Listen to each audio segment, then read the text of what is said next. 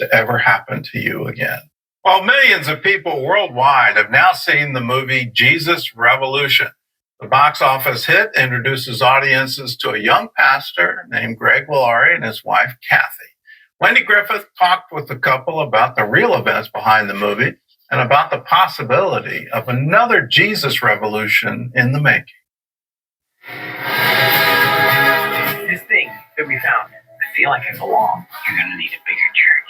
Jesus Revolution takes viewers back to the late 1960s for the beginning of a spiritual awakening when thousands of hippies put down their drugs, picked up their Bibles, and followed Jesus. Hey, Kathy! No. Come here! I think there's a guy who wants to meet you.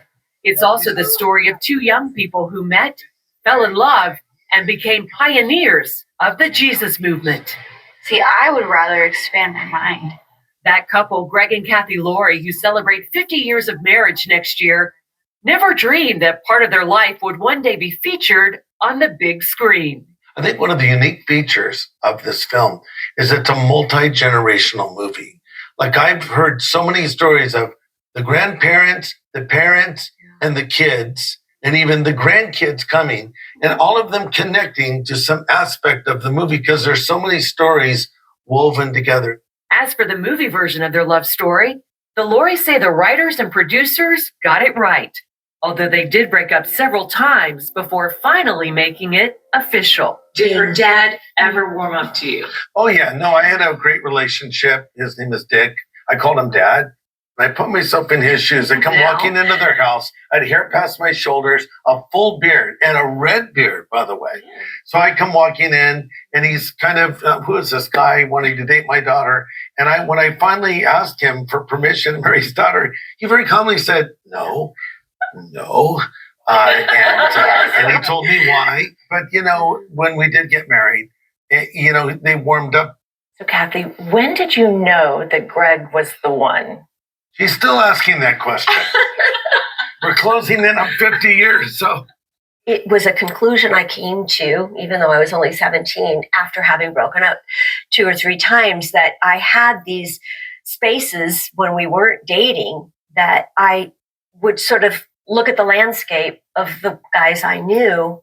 I always was comparing them to Greg. And it was like, that's what I want. I want a guy who knows what he wants, knows he's following Jesus first. This is Pirates Cove, a very windy Pirates Cove, where they film those powerful baptism scenes in Jesus Revolution. But for Pastor Greg and Kathy, this was more than great filmmaking. They lived it. This is where we did the baptisms and still do them today. It's almost like it was a character in the film in a way, because the movie starts with it. In the middle section of the film, my character, played by Joe Courtney, is baptized by Lonnie Frisbee, played by Jonathan Rumi. It's a big moment, and then it's there at the end. I think the reason those baptism scenes worked so powerfully is because God was at work while we were shooting them.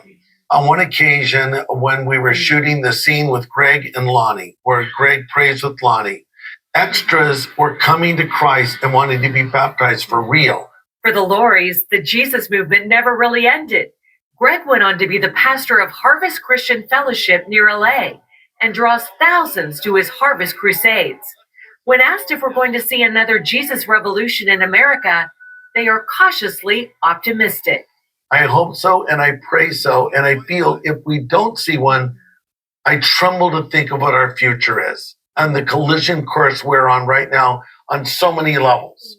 On geopolitical issues, what's happening around the world, the threats to our nation, the threat to the stability of world peace.